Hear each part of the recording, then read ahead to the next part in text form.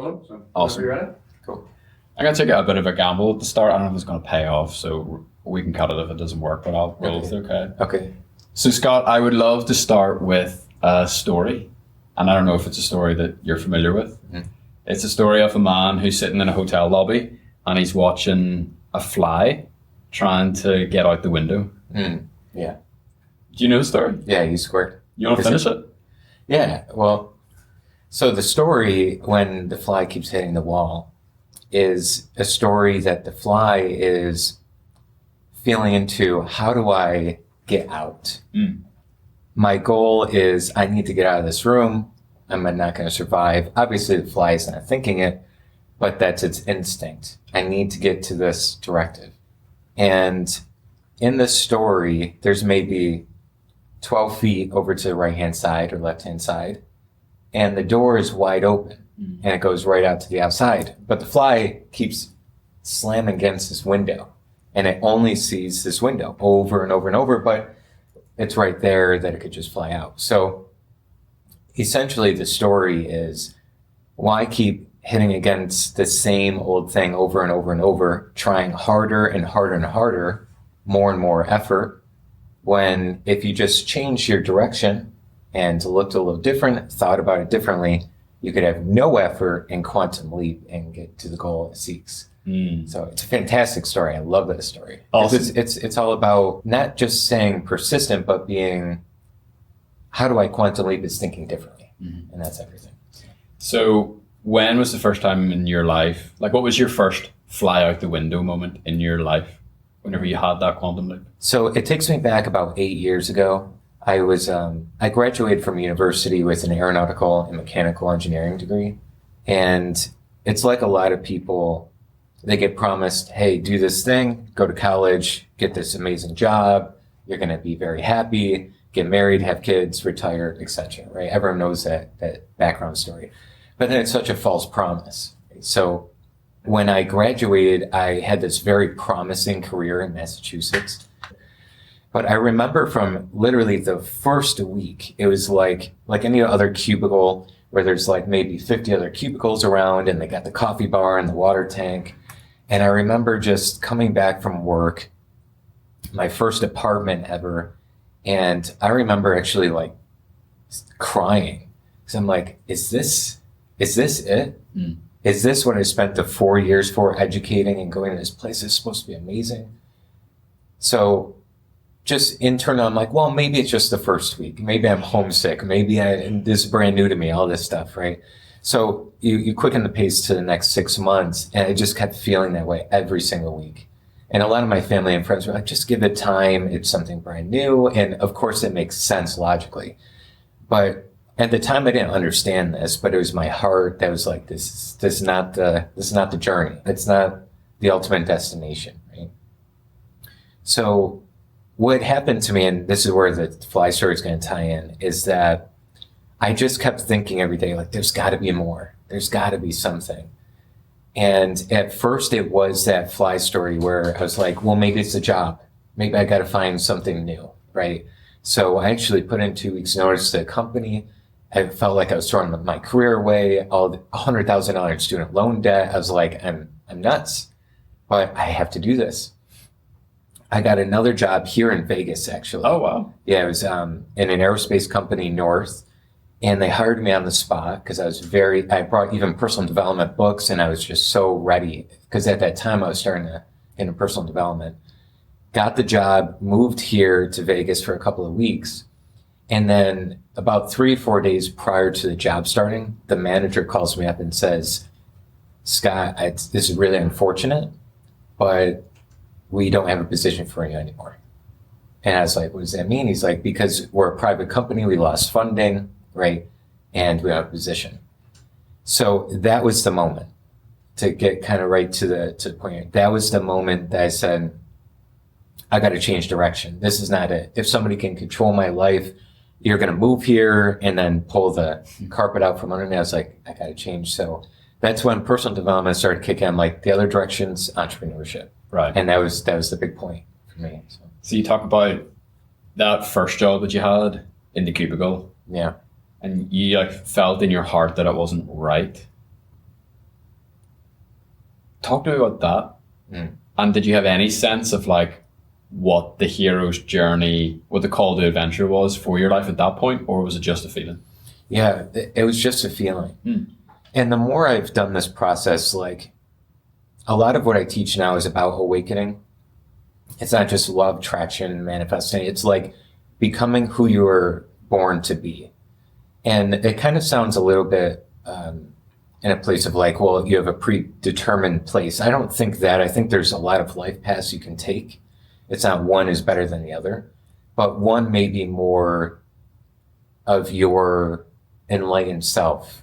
One may be the one where you heal the most, where you awaken the most, where you find the most joy.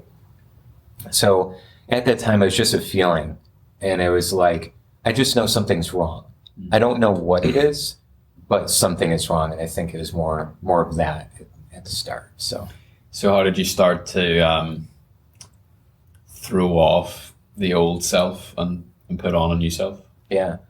Personal development with just starting to read a book a week, a book every 2 weeks. That was it. That was the thing. I remember picking up like Elon Musk's biography. I was like, okay, well, he's got to know something that I don't. So let's jump into that. Second book, I think, was 7 Habits of Highly Successful People, Stephen Covey. And then you eventually get into Think and Grow Rich and all these books. And that was the thing, because it helped me think like there's something bigger of who I am than what's going on. I'm not just this body. I'm not the results. I'm not the college degree. I'm not the thing. Like there's something bigger going on. And that was the start of the shackles, opening. We love the hero's journey. Like we're obsessed. I love it. Yeah. And we love Lord of the Rings. We're also obsessed. Love Lord of the Rings. And we love like when Gandalf comes, knocks on the door, and that invites Frodo into a huge adventure.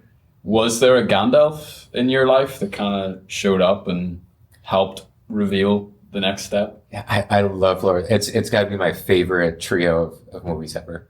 That and The Matrix. Oh, dude, yeah. There's like total alignment going on right now. This is sick. Yeah. It's by far the best. Even like just kind of going on a little side note, like when I was like 5 or maybe 7, 8 is when I saw The Matrix. I was somewhere around there, and I was like, even then at like 8 years old, I'm like, I know this. There's something in this, right? And I'm 8 years old. I mean, what is an 8-year-old now, right? Anyways, that's a different story, but. Yeah, I think there wasn't a Gandalf per se physically in person, but it was online. It was Les Brown. Wow. Yeah, the motivational speaker. And why I say he was the first Gandalf for me was because I started listening to like his videos and things, and I never heard anybody talk like that. My father was very inspirational to me as well.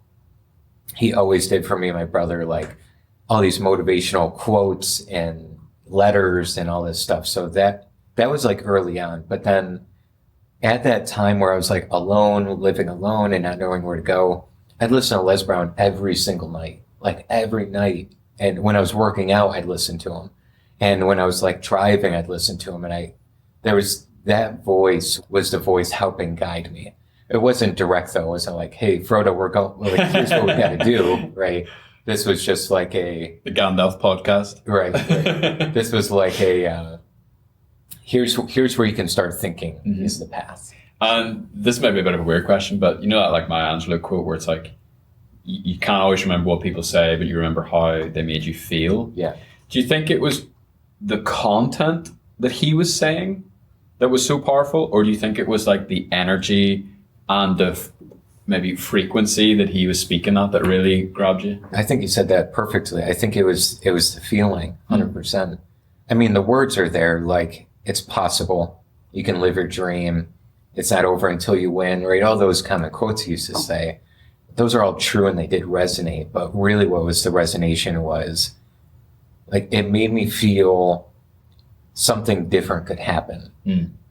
It made me feel like maybe the job isn't the ultimate thing. It made me feel like I can become a different person.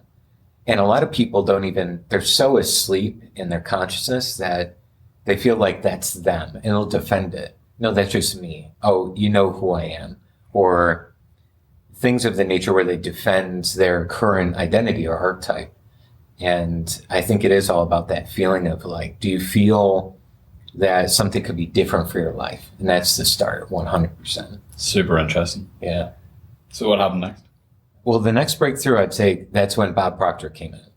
So the journey was after that job in Vegas fell through, I went to one of the casinos. I don't remember which one I was staying in. I can't remember the name of the hotel. But I remember going to a lobby, and this was like 9 a.m. in the morning. And I was like, I'm going to declare that I'm never going to have a job again. So I just took a napkin that was right there at the bar, and I wrote that out, and I wrote down some other thoughts. I still have that. I'm going to frame it one day because I want to show that as like a symbol of like, make a declaration, make an intention, and this is something that can come true, you know? So from that point, Les Brown, to go back to him, he was speaking in Anaheim. 4-hour drive from Vegas. I already had a car because I was going to move my life here. I was like, let's just go over there. And I wasn't ready to go back home. I grew up in Rochester, New York.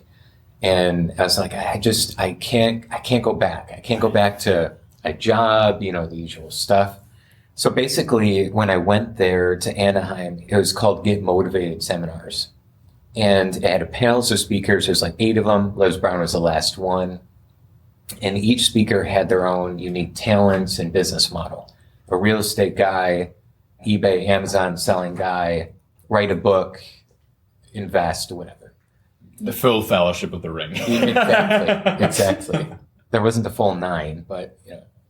So at that point, that was like, this is how people build wealth. I had no idea how to make $1 outside of a job. I never heard of that besides like own a gym, or I used to do like painting jobs and things, right? Okay, I could see that, but I didn't want to do that long term, right? So these things all had like pay $40 and go to a 3-day seminar, and then they sell you their up level package, right? So I went to every single one of them. Every weekend I would go to, it was like one in LA, one in Anaheim, one in Culver City, whatever. Wow. I just kept going to them. And I was like, I got to find one of these that resonates. But the more I got into it, I was like, I didn't really care about them. I didn't have passion for real estate. I didn't have passion for selling on eBay. It was just going to make money. And I did hear a lot of speakers say, like, if it's just for the money, it's probably not going to work out. I tried a network marketing company as well. I just tried every little thing you could think of to say, like, where am I going to go? And then ultimately, I went to a gym because I'm very fitness oriented here in Vegas when I was here, and then in LA. And the guy was like, so why are you here? I told him my story. I told him about Les Brown. He never heard about it. He's like, have you ever heard of the book, The Secret? And I was like, I never heard of this. And he's like, you got to check it out. Go find the book, read it tonight. I was like, okay. So the nearest bookstore was in Culver City, which was Michael Beckwith, inspirational speaker and spiritual teacher. I went to his church because they had a bookstore, and I bought The Secret. And at that moment, I found Bob Proctor. And that was like, he started teaching something about why things were the way they were and how to change it. And that was like a different world from Les Brown. Was me feeling like things were possible. And then Bob Proctor entered of like, now here's what to do. Right. And that was the next breakthrough of like changing trajectory and journey and all of that, 100%. So Bob kind of helped you implement a lot of the head knowledge that you had been accruing up until this point. Yeah, exactly. Yeah, that's really interesting. Because particularly like now, whenever we talk about your Skool community, like something that I'm attracted to about what you guys are doing is that it's very implementation focused. 100%. Because I think like in the culture, we consume like crazy. And there's a huge vacuum there where it's like, there's a big vacuum of the implementation part. Yes. I think it's like learning about going to the gym, like how to create muscle or release weight. And you read books on it for like 6 months. And you're like, you really know about it. But you've never changed diet or went to the gym. And people get really frustrated. And they're like, what's going on? And like, well, you haven't really done the stuff. Right. You know about it. And I think personal development is the same way. It's like a lot of people know the stuff. They just haven't entered the mental gym, if you will. Sure. So. So you get into this whole Proctor multiverse. Mhm. From what I can gather, you do incredibly well in there. Like you start experiencing success on a high level. How do you start to like make money through this stuff? How do you start to like, so you connect with like something that you're passionate about? How does that turn into something where you start to make money? And then eventually how does that lead to you like starting your own business? Once I picked up that book and found Bob Proctor, it took me like, I think it was about 5 months to really see monetary gain for a while, because I didn't have that vehicle. I was just doing the same thing. I've been in martial arts for 25 years. I was like, well, I need to bring in some money. So I started like doing martial arts teaching and karate and all this stuff to get some sort of income. But what happened was Bob was doing a seminar in Los Angeles. I was in Culver City. It's 15 minutes away from the airport, not far. I was like, I got to go to this, but I had no money. I could barely pay rent every month in this one room townhouse I'm renting out, buying groceries at the local Sprouts. It was just like, it was so hard to figure things out. But I was like, I have to go. And I think it was really important that like logically, it made no sense. It was like a $500 ticket for the base price. You have no money. You're going to go to this seminar. You're not going to even pay food for groceries. But again, it goes back to the heart. It felt right. It was like, I got to do it. There's no choice for me. So I sold my truck at the time for like a couple $1,000s. Wasn't very expensive. And I used that money to go to the event. I'm like, if I have a truck, I have a truck, but I got to do something. Bro, you went all in. All in, 100%. Yeah. And it was so scary that I felt like I wanted to like physically throw up. Like it rocked my nervous system. But I think that was one of the biggest learning lessons for me is like, I try and do it every month, like rock your nervous system, because that's the only way to really like, dive out there and make the leap. Sorry, just on that point. Yeah. Like, I think it's really interesting when we go back to the story with the fly. Mm-hmm. Like, in order for the fly to like step back and see the full picture and realize there's a window, there has to be like things have to die. Like the fly has to like put aside the old way of doing things and like not just like this mindset of like I have to work harder, I have to do this. Maybe if I bang my head harder against this glass, it'll break and I'll be able to get out. Right. And actually, it's very, very, very difficult for us as humans to do that. Yes. It is a form of death. Yeah. Like something in you has to die. And when you said you rocked your nervous system and that's a practice that you constantly do, my head went, that's because he's like constantly shedding off the things that could potentially hold him back so he could take the next leap. Yeah. Interesting. It's really hard. A lot of people go through this and they get so scared that they run from it. And this is kind of like part of the work that we do as well is trauma healing, because when people run, it's just a physiological response to something going on that they feel is similar to their childhood, 5 years old, 10 years old. And it will feel like if I do this thing, it means something. So they create story and meaning out of something. So when you're trying to make that breakthrough, it's so hard to get through that because what you know is what you've experienced.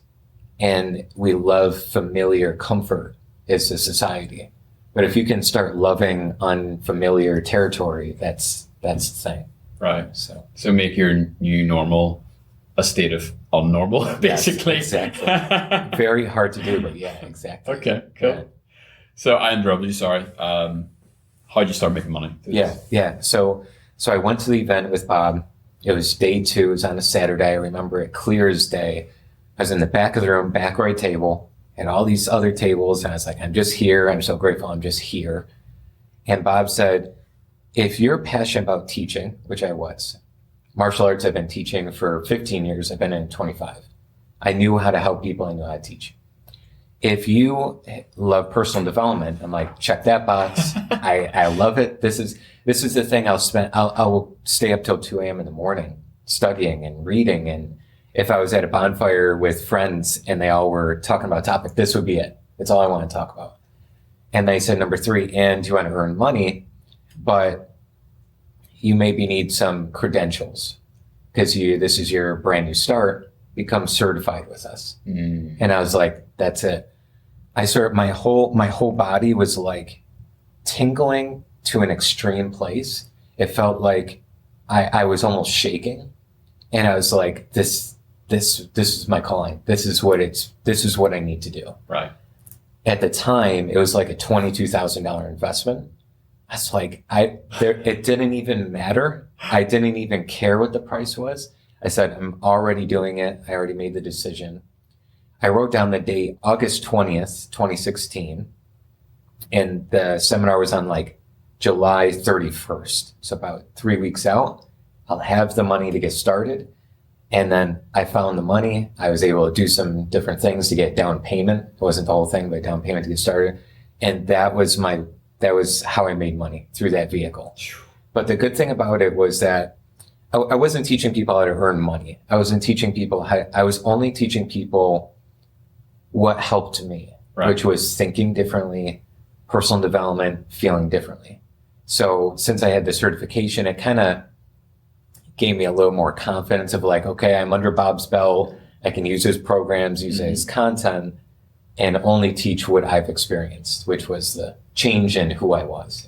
That was the vehicle. Evelyn Weiss, one of last month's winners, she's awesome. She's got this lovely phrase where she talks about like monetizing your personal growth journey. Mm-hmm. And like, it's amazing that like you were doing that, like from, did you say 2016? Yeah, 2016. You know, and so like how that has been able to position you for a platform like Skool, hopping on board that allows you to do that at scale. Yes. It's like, you've been on this train for a long time. Yeah. And Skool is just an additional vehicle for you to do that. Yes, 100%. Yeah, it's been a journey up until this point. When I saw Skool, it was like, I've done all the SAM stuff. I was in the accelerator, the up level, the quantum, all the things. So I had Kajabi, Active Campaign, like I had all the platforms. But Skool just is like, it's a different vibe. It's a game for sure that Alex talks about. And it makes this very scalable for sure, and creates recurring. You know, it's much much better than get high ticket clients every single month, and they have to get more and more and more. Which that's been my basic model for so many years. Yeah. So what were you doing before Skool, and how has Skool like transitioned your business in an additional or new direction? Yeah. So beforehand, I was doing more the high ticket, like I was just mentioning. It was like I initially started charging like $3,500 to $5,000 per package. It was like a 6-month program usually. Over a course of many years, I increased it to like 10,000 and beyond that. But I was using Kajabi for all the logins, Facebook group for the community, just like almost everybody was doing. Connect everything with Zapier, Active Campaign, like it's all this stuff everywhere, right? So that was like, have 5 different platforms to make this work. And then once I joined Skool as a creator, I think it was maybe a year ago. Yeah, maybe a year ago, 12 months ago. And I just used that for my community instead of Facebook groups. That was the first thing. So even when Skool payments came out, I didn't even use that yet because I was already set up with Stripe, PayPal, all the stuff. And what Skool allowed me to do is just simplify. I love simplification. I just want it to be basic. Like, you don't need like 30 water bottles with like all these. I just want one. Like that's it. Make it simple. And also it allowed me to like have my customers have an easier experience. Like they have community, and then they have their Zoom call calendar, and then their content. So it's just a more immersive experience. And I think a lot of clients are so busy, they'll forget about the Facebook group. Right. Or they'll forget about the content or whatever. But this is like, you can't help but see the tabs. Yeah. It's all in the one place. Right. So. Yeah. Super powerful. Yeah. And you won the Skool games. Yeah. Awesome. Like that is so cool. Like, I mean, we're currently sitting in Las Vegas in Alex Hormozzi's podcast studio. Yeah, like, it's awesome. In like 10 minutes time, like you're going to go out to do the one-day mastermind with Sam Owens and Alex Hormozzi. Like it's unbelievable. Yeah. It's so exciting, like where the journey takes you. Yeah, absolutely. You know, I think keep going is a huge lesson. Like anybody listening in you're a base entrepreneur or you're advanced, you've been doing it a while, just keep going. Just keep going. Like don't be the fly and constantly like burn yourself out, but keep investing in yourself. Keep buying the programs, keep getting the coaching, but implement. All right, just don't buy this stuff, but implement it and try it out and keep going. Because the way I see it, it's a very compounding effect. Like the first year was the hardest year, 100%. It's so hard to make your first dollar, to get your first low ticket or high ticket sale to get things like, so you're confident and you have high self-esteem. But the first year is your rite of passage. It's your becoming who you need to become in order to get here. So yeah, it's amazing the Skool games win, but 100% I give credit to the whole journey and all the teachers I've had and all the coaches to prepare me for the place, to get a win out of it. So, sure. Yeah. So what worked for you in terms of, let's talk about like adding insane amounts of value inside your community and driving people to your community? Mm-hmm. Yeah, value-wise, a big thing that we do is client results is our first principle in the business. So we'll go above and beyond and do as many live calls as we need. Right now, we do 2 live calls for our group coaching Monday, Wednesday, and then for our mentorship, which is our high ticket package, we do additional calls on Tuesday and Thursday. So Monday through Thursday, if they're in a high level, they get access. They're there, they're live with us. So I really think it's about knowing your audience. Don't just throw things out there and make a ton of stuff. Like, know your audience. What are their top 3 pain points that you can solve? Or basic stuff for any entrepreneur. What are the 3 desires and what 3 things or more are they going to need to get there? So everything that I've created in the Skool group has been solving those problems. And that's when people are like, I need that. Like, I really want to be in that because, for example, my audience, they've had mental and spiritual progress. They get it. They believe that there's something bigger out there. They're maybe not new to personal development, but they're lagging. Their potential physically has not been fulfilled the way they want to, or as quick as they want to. The same way you were whenever you showed up to that Bob Proctor event. Exactly. Yeah. Yes. So that's why we've made it implementation based, because I know the problem is they're not implementing. Right. So then solve the problem, implementation. So the value is really solved, I think, through that. Very cool. And in terms of growing the community, how have you gone about that so far? I've had all the different ways that you can think of, really. Okay, I've had like a conglomerate of everything. It's been doing Facebook, Instagram ads for probably 5-6 years now, but it's been to all the different funnels, VSL, JIT, live webinar. I just have done it all, but a lot of my members come later, right? As the email list, they start gaining loyalty and credibility and all of that. So we have that. We've done a lot of affiliate work with Kajabi when I was doing that. So that was a huge one because referrals are some of the best clients you can get. We also have a YouTube channel. It's about 115,000 subs right now. So we have people coming through there, TikTok, a little bit of social media. So it's like all the things. It's been like all the, a little bit here, a little bit here, a little bit here. Yeah, it's the compound and the fact that you've talked about in just like every area over the course of the journey that now is like starting to return. Yeah, definitely. Yeah, really cool, man. Final question, perhaps. We'll see. Yeah. Like, where do you see the future of your community going, and like what aspirations do you have for it? Yeah, I have a pretty big idea of where I'd like to see it, and what I'd like to call is like a cosmic vision. What I want to see is a lot of the world is very, as we probably all can see, is very unhealed, right? Whenever somebody's very unhappy or in pain, they tend to put it on others, so they project their stuff. And what I'd like to see in the next, say, 30 years is a very healed, I don't think in 30 years the whole planet is going to be healed, but a very significant % of people being healed. And you see more like day-to-day people talking about spirituality. Doesn't have to be spirituality, it could be a religion, but they're taking the religion in a way that's helping them. They're willing to go through the awakening for themselves. Like I see, even if it's a 1% increase, that's a mass amount of people.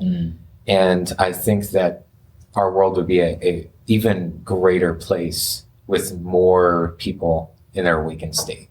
So that's what I foresee. I'd like to help as many people get there as possible. Awesome. Yeah. Well, I think that's a banger way to end. Yeah, Scott, thanks. dude, really appreciate it. Appreciate it, man. Super cool. Yeah. And if any of this has resonated with you, there'll be a link to Scott's community in the description. And all of that. Thanks, Scott. Really appreciate it. Thanks, Matt. Thanks, everyone. Let's go to the event. Yeah, absolutely. Let's do it. Yo, that was sick. Yeah, that's great. That was really, really good.